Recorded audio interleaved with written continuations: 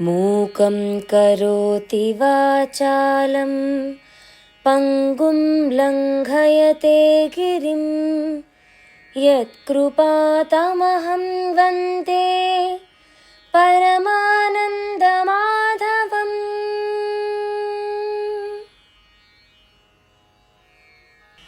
అధరం మధురం వదనం మధురం నయనం మధురం హసితం మధురం. అధరం మధురం వదనం మధురం నయనం మధురం హసితం మధురం. హృదయం మధురం గమనం మధురం మధురాధిపతేరఖిలం మధురం. వచనం మధురం చరితం మధురం వసనం మధురం వలితం మధురం. చలితం మధురం భ్రమితం మధురం మధురాధిపతేరఖిలం మధురం. వేణుర్మధురో రేణుర్మధురః పాణిర్మధురః పాదౌ మధురౌ.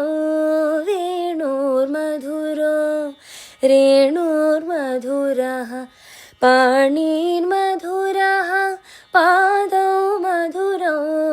నృత్యం మధురం సఖ్యం మధురం మధురాధిపతేరఖిలం మధురం. గీతం మధురం పీతం మధురం భుక్తం మధురం సుప్తం మధురం. గీతం మధురం పీతం మధురం భుక్తం మధురం సుప్తం మధురం. రూపం మధురం తిలకం మధురం మధురాధిపతేరఖిలం మధురం.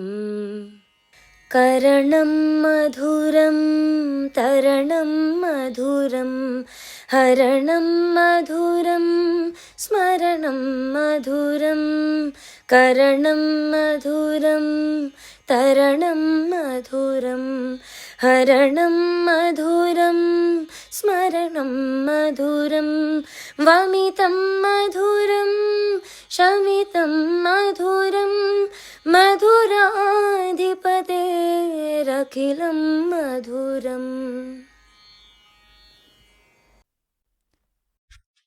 శ్రీ శ్రవణ ఛానల్కి శ్రోతలందరికీ కూడాను మరొకసారి స్వాగతం.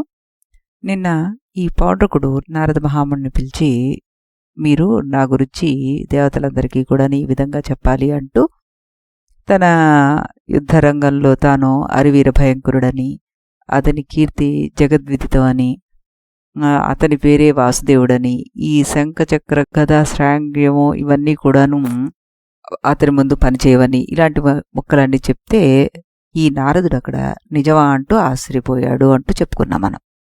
ఆ తర్వాత ఏమైంది అంటే, మునీంద్ర నేను చెప్పినట్టుగా ఇప్పుడు ఇవన్నీ నువ్వు బ్రహ్మ దేవేంద్రుడు అగ్నిదేవుడు యమ కుబేరాదుల మహాసభల్లో చెప్పాలి. అంతేకాకుండా నా పౌరుష ప్రతాపాలు కూడా అందరికీ గట్టిగా నొక్కి చెప్పాలి. ఇక్కడ నువ్వు గొప్పవాడివి, నన్ను కరుణించాలి, నా మాటలు మర్చిపోకు అన్నాడు పౌండ్రకుడు. ఆలోచనలో పడ్డాడు ఈ నారదుడు. అతను అలా ఆలోచనలో పడడాన్ని వేరే విధంగా అర్థం చేసుకున్నాడు ఈ పౌండ్రకుడు. తనని సమర్థించుకుంటూ మళ్ళీ గొంతెత్తాడు. మహాముని, ఇప్పుడు ఇక్కడికి వచ్చి వెళ్ళిన రాజులంతా మహాబలవంతులు. నాకు వారంతా ఆత్మీయులు, మిత్రులు, బంధువులు. వారంతా నాకు అఖండ విజయాన్ని అందించేందుకు చతురంగ బల సమేతులై ద్వారకను ముట్టడించేందుకు బయలుదేరారు. వారి బలాలే కాదు, నాకు కూడా అసంఖ్యాకంగా రథ గజ తురగ పదాది సైన్యాలు లెక్కకు మించి ఉన్నాయి. ఈ దండయాత్రతోటి నేను ప్రపంచాన్నే గజగజ వణికించగలను. ఆ యాదవులు ఒక లెక్క చెప్పండి. నేను తలుచుకున్నానంటే ఈ ద్వారకాపురిని ఒక్క క్షణంలో బూడిద రాశిగా మార్చేస్తాను. ద్వారకను బూడిద చేయడమే కాదు, ఆ నల్లనయ్యను కూడా తీవ్రాతి తీవ్ర బాణాలు ప్రయోగించి రక్తధారలతో ముంచెత్తేస్తాను. నువ్వు ఆ దృశ్యాన్ని ఆకాశం నుంచి చూసి మరీ ఆనందించచ్చు అంటూ చెప్పుకొస్తే ఈ నారద మహాముని మళ్ళీ అవునా అంటూ ఆశ్చర్యపోయాడు. పెదవులు విరిచి మెచ్చుకోలుగా చూశాడు అతన్ని. ఓహో అన్నట్టుగా అన్నమాట. రాజా, సమస్త లోకాల్లో నాకు కరతలామలకం. ఏ లోకంలోనూ నన్నెవరూ అడ్డగించరు. పైగా నా రాక వారికి ఆనందదాయకం.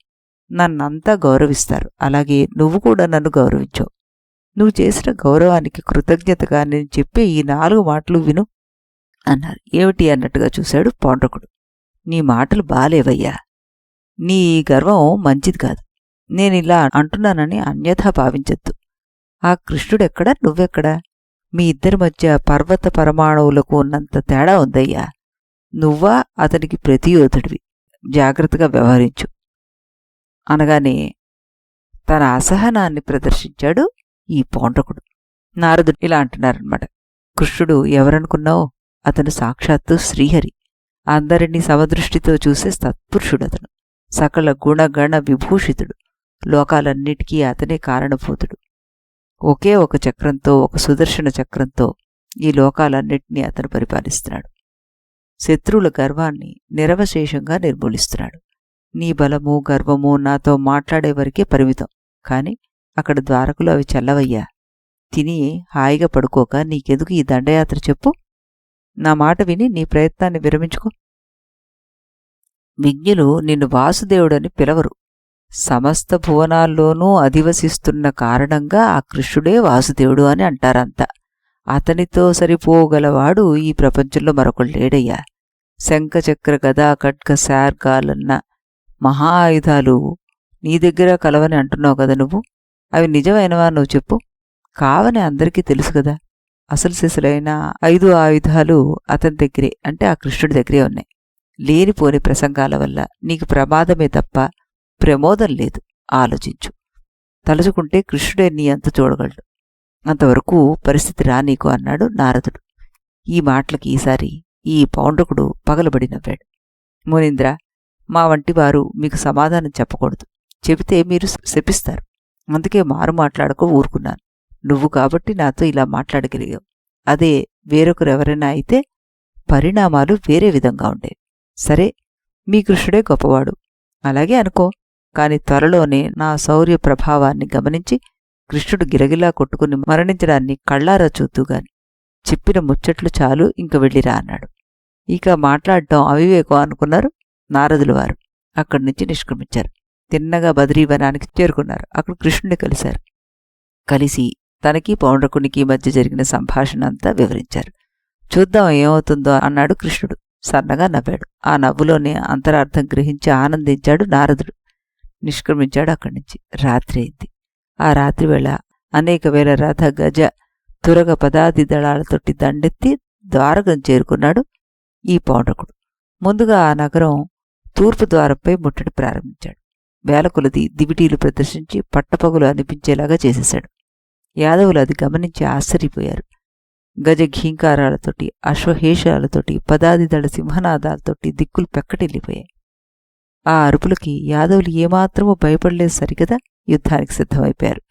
సమస్త సైన్యాలతోటి కోలాహలంగా శత్రువులను ఎదుర్కొన్నారు వాళ్ళు. ఉగ్రసేనుడు, సాత్యకి, బలరాముడు సైన్యాలకు ముందు నడిచి అడుగడుగున శత్రువుల గుండెల్లో అలలాడించేశారు.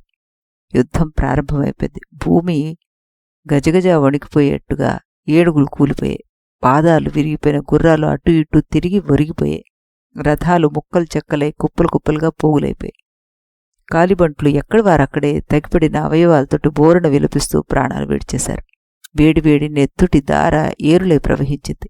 ఆ భయంకర సంగ్రామంలో ఏకలవ్యుడు దిక్కులు అదిరిపోయేట్టుగా గొంతెత్తి అరిచాడు. భీషణ శంఖాన్ని పూరించాడు. సాత్యకి ఏడి ఎక్కడ? కృతవర్మ కనిపించట్లేదే? ఎక్కడ దాక్కున్నాడు? బలదేవుని మధుపానోన్మాదం తగ్గిందా? కృష్ణుడెక్కడ? రండి, ఒక్కరొక్కరుగా వచ్చినా మూకుముడిగా వచ్చినా నేను సంగ్రామానికి సిద్ధం అన్నాడు ఏకలవ్యుడు. యాదవ వీరులతోటి తీవ్ర రణం కొనసాగించాడతడు. ఉగ్రసేనుడిపైన 50, వసుదేవుడిపైన 7, ఉద్ధవునిపైన 15, కృతవర్మపైన 4, ఆక్రూరునిపైన 5, గదసారుణులపైన వరుసగా 25, 11 బాణాలు ప్రయోగించేశాడు. వారందరినీ తీవ్రంగా నొప్పించాడు. వాడి అనుచరులపైన కూడా లెక్కలేనన్ని బాణాలను ప్రయోగించాడు. గిరగిల్లాడించాడు అందర్నీ. ఏకలవ్యుణ్ణి ఎదిరించి పోరాడలేక యాదవ సైన్యాలు చెల్లాచెదరైపోయాయి. చేతిలోని దివిటీలు పారేసి ప్రాణాలు దక్కించుకున్నాయి. దివిటీలు లేకపోవడంతో యుద్ధరంగం అంతా చీకట్లు కమ్ముకుంది. యాదవ సైన్యాలు చెల్లాచెదరై చేతుల్లోని దివిటీలు ఎప్పుడైతే జార విడుచుకున్నాయో అప్పుడు తననే విజయం వరించినట్లుగా భావించాడు ఈ పౌండ్రకుడు. మైమరిచి మదించి అరిచాడిలా, రాజుల్లారా, శత్రువులు పిరికిపంతలు పారిపోయారు. ఇక్కడ ఈ యుద్ధం చాలు. ఇప్పుడు మీరేం చెయ్యాలంటే మీ అనుచరులతోటి కోటగోడలకు ఎగబాకండి. అక్కడ గల యంత్రాలను కేతరాలను కూల్చేయండి. పట్టణంలో ప్రవేశించి ధనికుల దగ్గరున్న అమూల్య వస్తువులను చేజెక్కించుకోండి. వేశ్యలు, పరిచారికులు మొదలైన సుందరీమణులను చెరపట్టండి. బంగారము, రత్నము, రథ, అశ్వ గజాలను స్వాధీనం చేసుకోండి. ఎదుర్కొనేందుకు వచ్చిన వారిపైన కనికిరం చూపించకండి. కరవాలాలతోటి పుడిచి చంపేయండి. యాదవులు అన్న పదం నాకు వినిపించకూడదు అంటూ అరిచాడు. పౌండ్రకుని ఆజ్ఞ మేరకు రాజులంతా అనుచరులతోటి కోటగోడలపైకి ఎగబాకారు. శత్రువులను ఎదుర్కొని యుద్ధాన్ని ఆరంభించారు. యాదవులు అక్కడ కూడా శత్రువులను ఎదిరించలేకపోయారు. వెలవెలబోయారు. నీరు గారిపోతున్న స్వకీయ సైన్యాన్ని చూశాడు ఈ సాత్యకి. తనలో తానిలా అనుకున్నాడు, సమస్త యాదవకుల సంరక్షణ భారం తనకు అప్పగించాడు కృష్ణుడు. తనపై మహానమ్మకంతోటి పెనుభారాన్ని మోపాడు. ఇప్పుడు ఆ భారాన్ని దించుకుని పలాయానం చిత్తగించడం ధర్మం కాదు. చూస్తూ ఇక ఊరుకోకూడదు. రాజ్యాన్ని, రాజధానిని కాపాడుకోవాలి. తెగించి విజృంభిస్తే తనని ఎదుర్కొనగలిగే మహారాజులు సైన్యంలో చాలా అరుదు. ఆ సంగతి తనకి తెలుసు. పైగా శ్రీహరి పాదపద్మారాధకులకు ఎల్లవేళలా జయమే కలుగుతుంది అని పెద్దలు చెప్తుంటారు.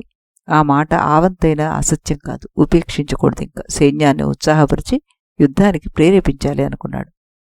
దారుకుణ్ణి తమ్ముణ్ణి సారథితోటి రథాన్ని ముందుకు పోనీయమన్నాడు సాత్యకి. రథం ముందుకు పోతూ ఉంటే భయంకర సింహనాదాలు చేశాడు. దారుణ ధనుష్టాంకారాలతో దశదిశలు ప్రతిధ్వనింపచేశాడు. యాదవ సూరులను ఉద్దేశించి ఇలా అన్నాడు, వీరులారా, యాదవుల్ని ఎదిరించి ఎవరైనా ప్రాణాలతో భయపడ్డారా? దురహంకారి ఆ పౌండ్రకుడు వాసుదేవుడు మనకొక లెక్క. వాడి అంతు నేను చూస్తాను. తరిమి కొడతాను వాణ్ణి. నా పౌరుష ప్రతాపాలు మీరే చూడండి. కైలాసయాత్రకు పోతూ పురరక్షణ భారం మనకు అప్పగించాడు కృష్ణుడు.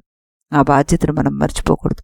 శక్తులు నింపుకోండి, నెత్తురు మండించుకోండి, నిలిచి పోరాడండి. సాత్యకి మాటలకి యాదవ వీరులు ధైర్యం తెచ్చుకున్నారు. అతన్ని అనుసరించారు. సింహనాదాలతోటి రణరంగంలోకి ప్రవేశించారు. కాసేపటికే ఎల్లేడలా దివిటీలు ప్రచురిల్లిపోయాయి.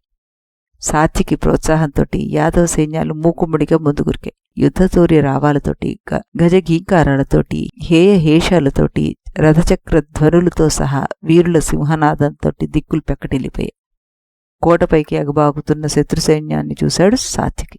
పట్టలేని కోపాన్ని ప్రదర్శించాడు. వారిపై ఆగ్నేయాస్త్రాన్ని ప్రయోగించాడు. ఆ అస్త్రం ఎండుటాకుల్ని కాల్చిపారేసినట్టుగా పౌండ్రక యోధులందరినీ సంహరించేసింది. కోటగోడల మీద శత్రువు అన్నవాడు లేకుండా చేసింది. మరణించగా మిగిలిన పౌండ్ర సైనికులు పరుగు తీసి పౌండ్రకుడిని సమీపించారు. అతనితో మరలు పెట్టుకున్నారు.